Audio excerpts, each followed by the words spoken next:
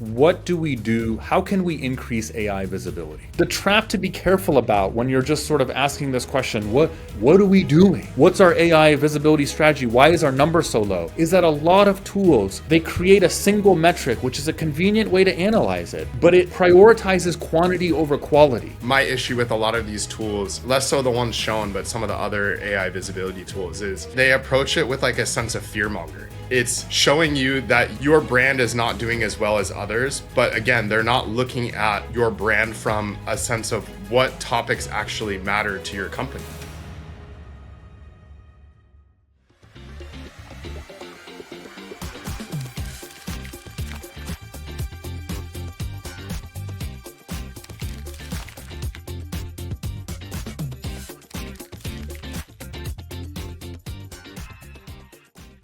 Okay, Benji, we're back. Are you excited? We are. Yeah, it's been a little too long of a hiatus here.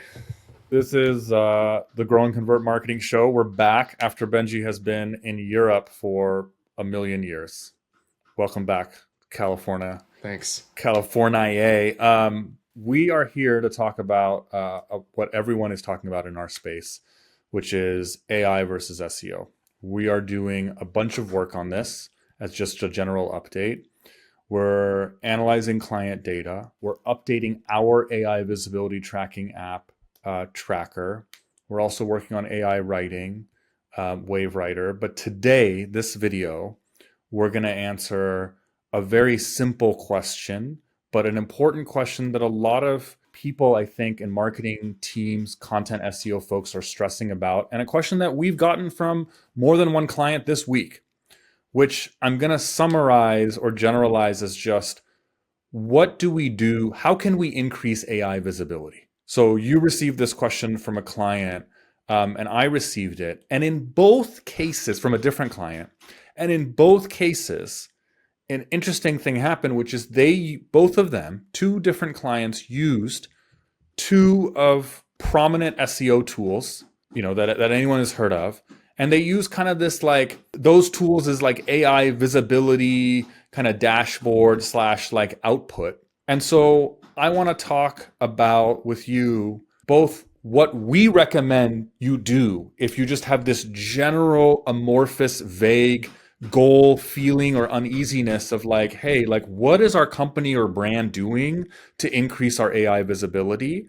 And I also want to talk about how to use these tools and maybe also what not to do. Because I think a lot of the traps that you and I have talked about for like 6-7 years about SEO, competitor research, keyword targeting, applies here in AI just the same. Yep, fully agree.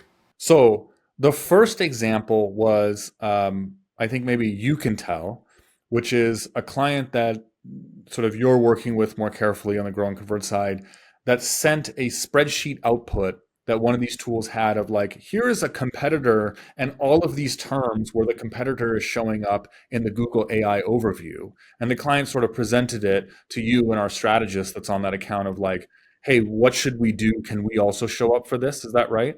Yeah, I mean, the question was more specifically, hey, I ran this competitor analysis and it looks like one of our competitors has a lot of AI visibility in one of these tools. It seems to be a lot of top of funnel stuff. Is there anything that we should be doing around this, essentially? So I think it's a slightly different question than many people would ask because they're already bought into our process in terms of going after more of the bottom of the funnel, the keywords, and they've seen a lot of success doing that on the SEO side. But I think maybe the concern comes from when you go into these different AI tools and they're showing how you compare to other brands. It's always an uneasy feeling when the tool shows that another brand is doing much better than you. Yeah. And so I think from a high level perspective, the CEO looks at this, or maybe the CMO, and just kind of asks that question, what are we not doing well?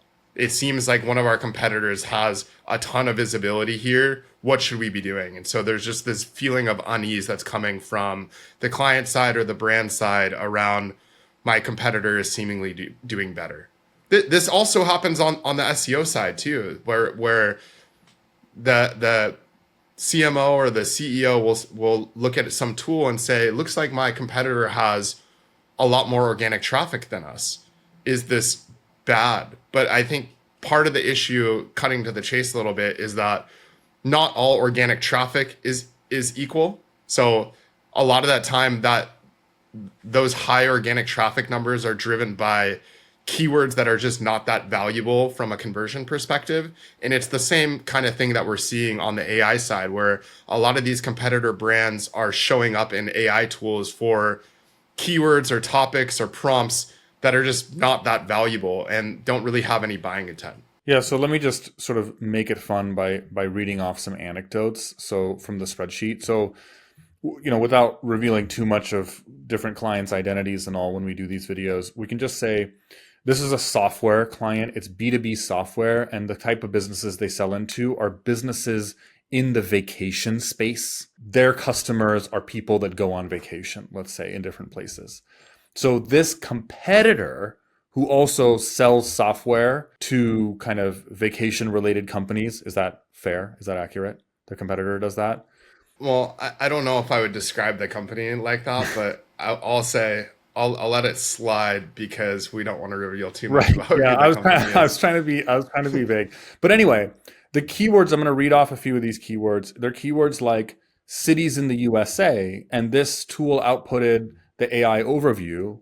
And I think if I'm understanding this correctly, and you can tell me, it also outputted all of the links within the AI overview on the right hand side. Whenever you see an AI overview, you see like sources linked, and it was like, oh, this competitor of yours is linked in the AI overview of these keywords. Keywords being things like cities in the USA, things to do in Illinois, most visited cities, destination marketing, that's a little bit more like appropriate, fun places to go in the US. There are some that make more sense. There's like a keyword here of equipment rental software. So at least it's in the software realm. I'm going to let that sit. The takeaway there is if you are selling software and you just put into one of these tools, like here are my competitors, or I've noticed, by the way, sometimes you just put your name into this tool and you click like the AI suggest button and it's like, we'll come up with your competitors for you. I did that with Grow and Convert in like one of these tools. I was like, I put Grow and Convert in and it was like AI suggest competitors and it was like HubSpot and this and that. And I'm like, Yeah. I guess like HubSpot's a competitor from like a content angle because they probably like rank for content marketing related terms, but they're obviously not a competitor to us. We're like an agency.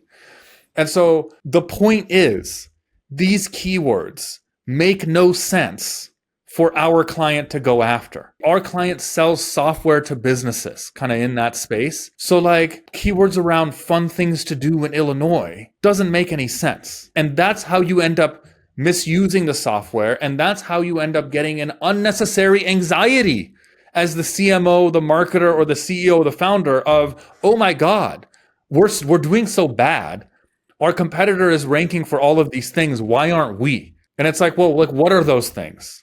So then the second example I'm going to actually show, and that example I'm going to show is SEMrush has one of these tools, and I'm going to show you how you can use it. Just a quick look in a good way versus kind of in a non-productive way. So SEMrush has this like measure your brand performance in AI tool. So to actually enter your domain, you have to pay. They give you a free example of Warby Parker. Let's look at it. So say you're Warby Parker and you put this in.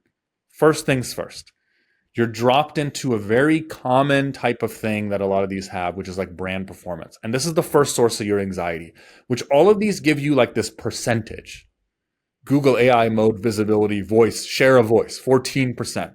Share of voice, marketers will, and SEO folks will know, hasn't that like been around in marketing and SEO for a while? That's that concept of share of voice. You can confirm this, whatever, but I'm pretty sure what this is just like how many of the prompts that they happen to check for you is like Warby Parker being mentioned in, and it's like 14%.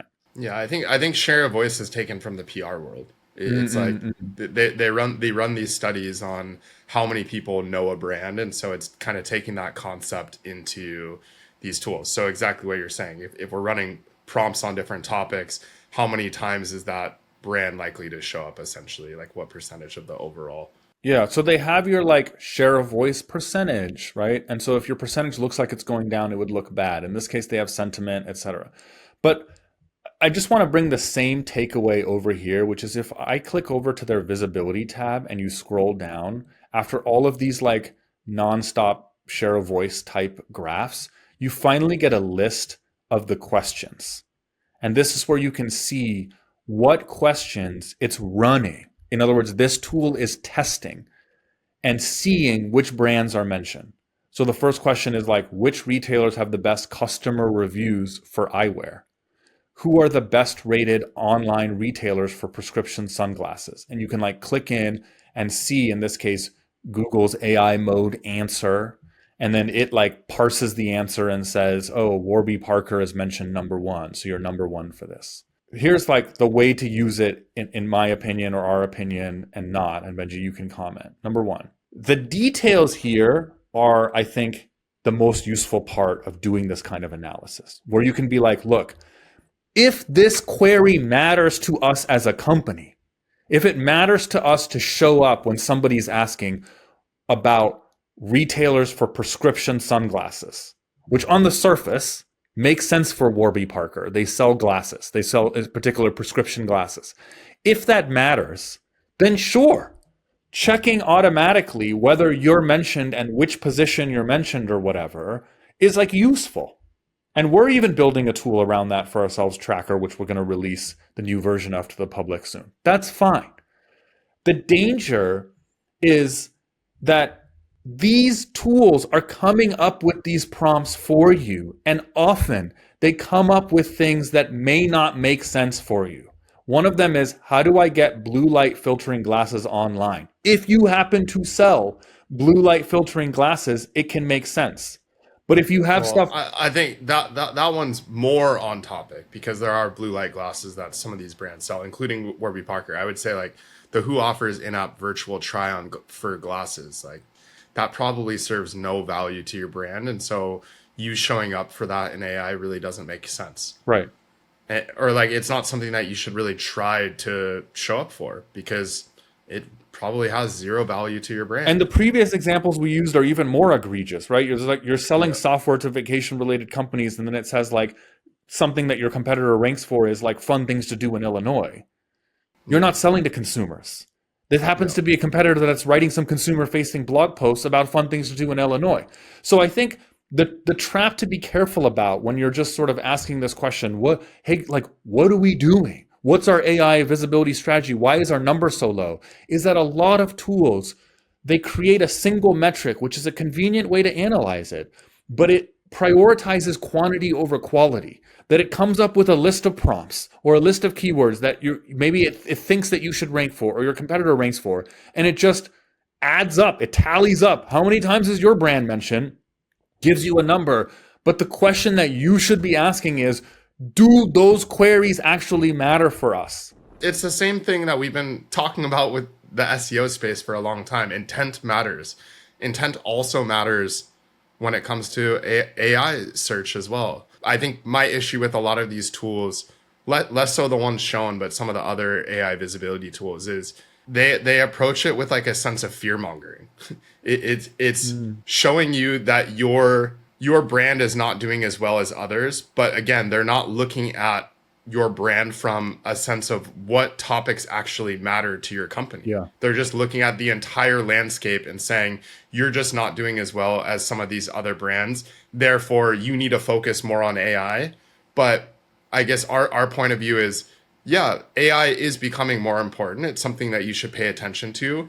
But you also need to have the same filter when it comes to what are the prompts that matter to your business, what are the topics that matter to your business, and have a concerted effort to focus on those. And I mean, I know we'll go into it in a future video, but also AI is still a very small percentage of traffic. It's still a growing segment, like a growing channel. And so I think some of the other issues that I take with a lot of the narratives being pushed by these AI companies is just you need to run concerted campaigns to make sure that you rank in these. You need Like what? to, like the whole Reddit, you need to do Reddit responses around certain topics. Yeah. I don't know, you need to do digital PR. Like, of course, these things can help, but I think Look, we have run studies, and there's been a lot of research that has just been published, or like stories that have been broken around how ChatGPT is largely just crawling Google and just has different ways, like a different algorithm for determining what shows up.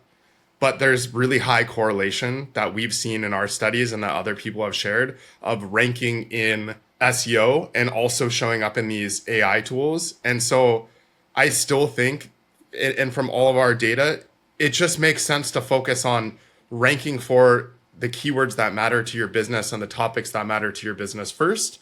And then if you want to have specific campaigns to help you then show up better in AI, because let's say you're ranking in the top 3 spots in Google, but you're not showing up in those AI tools, and maybe doing guest posts that also go after those topics, or trying to get in some of the publications that also show up around those topics. That makes sense to me. Yeah. And then doing concerted campaigns around that makes sense. But I think the opposite approach is being pushed, where people are pushing this narrative that SEO doesn't matter anymore and that you should just focus on showing up in AI tools.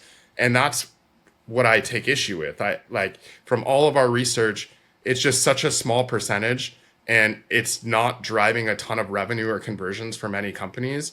And so the idea of creating specific campaigns or spending tens or hundreds of thousands of dollars on just showing up in AI at this point doesn't make a lot of sense to me. Yeah, I think here's a proposal that could be actionable to a lot of people listening. If you don't have the budget or don't want to spend money on these tools, and look, I'm saying this transparently as a way to genuinely help, knowing that we are a provider of one of these tools, right, of Tracker. But I'll say this: I think your time is better spent, rather than worrying about your share of voice percentage number being too low in whatever tool you're using of AI visibility. If you sat down as a founder, as a CMO, as a rank and file marketing employee, whatever, as a consultant, and with whoever opinion matters, came up with 5 to 10 topics, you can consider them like SEO keywords or whatever, that matter to you. So, for example, for Warby Parker glasses, it would be like prescription glasses, buy frames online, glasses online, or whatever.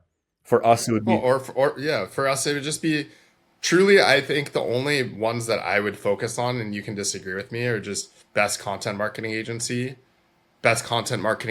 for SaaS, and various variations that indicate our best customer. yeah. I mean, And for like, us, I would actually say maybe doing concerted campaigns around showing up for some of those keywords might make sense. But again, we're not ranking in the top spots for those keywords right now. So I would actually say we probably just need to do a better job of focusing on the updating our SEO. posts. Yeah, updating our posts around those topics. And then also simultaneously maybe trying to get on some of the existing lists. So again, like, we're not saying that some of the ideas that are being shared around how to actually get into AI are wrong, such as being included in other relevant lists on the same topic, doing your own SEO.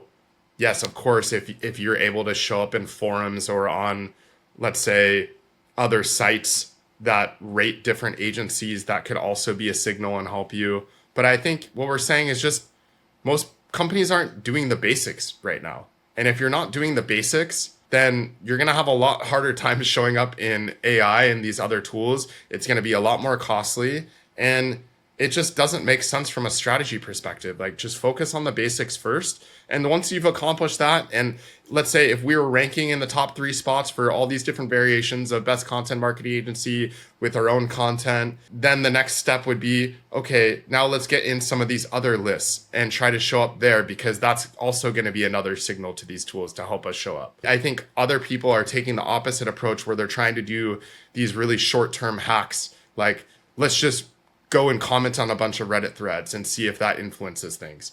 Sure, it might help you in the short term, and we're not discrediting any of the ideas out there, but these aren't long-term strategies. So something that might work today, I don't know, you might get downvoted a ton on Reddit, or even just, I know a lot of people are talking about like paying for placement on some of these publications. Like, sure, that stuff may work now, but again, when you do stuff that goes against Google's policies and just kind of internet policies, eventually that comes back to bite you. And so I think all we're saying is do the basics, try to do things the right way. And yes, it may take a little bit longer to see success, but that's probably going to drive long-term success over like years to come rather than these Reddit hacks or like all these things that are being suggested on LinkedIn. If I can say what you're saying in maybe like a summarized way, we know in terms of increasing your visibility, first of all, to complete my thought, what I was going to say is instead of worrying about the visibility score from these tools,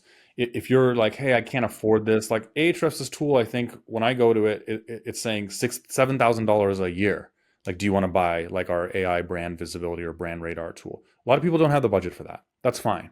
You would be, I think, almost better off just picking those 5 to 10 topics that you think are the absolute most high buying intent, core product related topics that it's important for you to rank for, whether it be on traditional Google organic.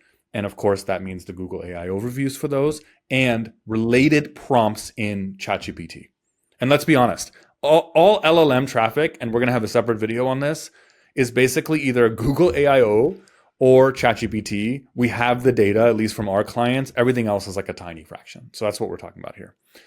If you just picked 5 to 10 yourself and found a way to monitor that, you could use these tools. And then instead of worrying about the tool's single number like a percentage, just look at your ranking for those things. Again, we're releasing our own tool or have it for this and we're going to update it, but you could also just do it manually.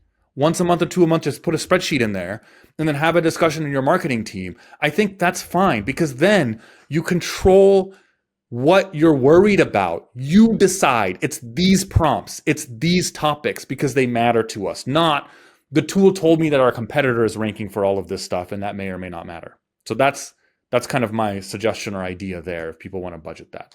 To summarize what you're saying in terms of do the fundamentals, I think a way that I've been thinking about it is these LLMs, you think about ChatGPT, like, and then Google AI overview is going to be kind of like that, even more like that.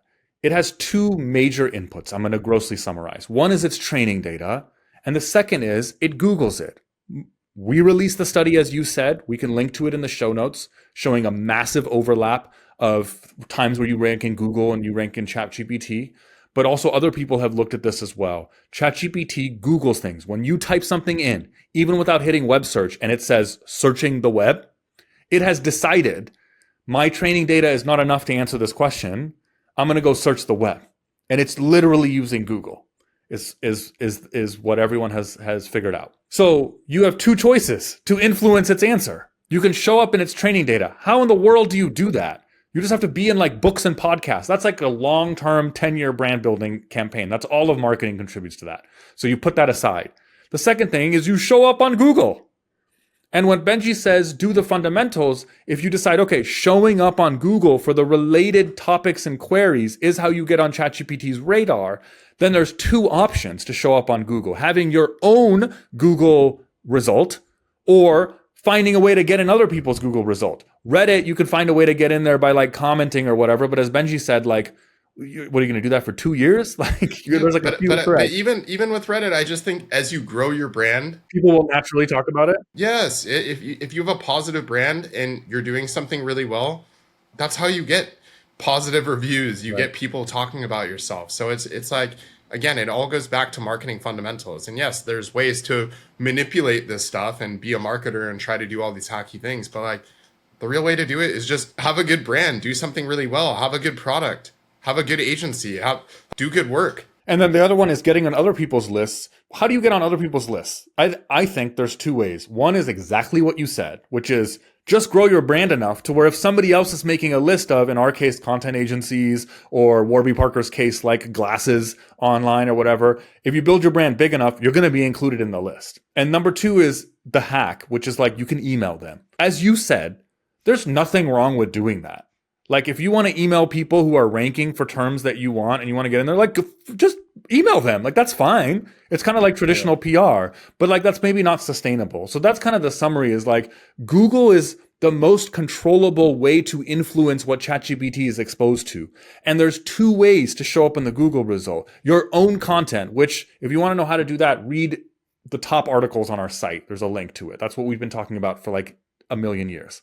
And then the number two way that people seem to be talking about is like what we're calling hacky ways, is somehow getting into other people's list. That's the overall thing of visibility. And I want to end by emphasizing what we started off with is like, I think it's worth saying again, don't stress about the metrics that these tools are giving you.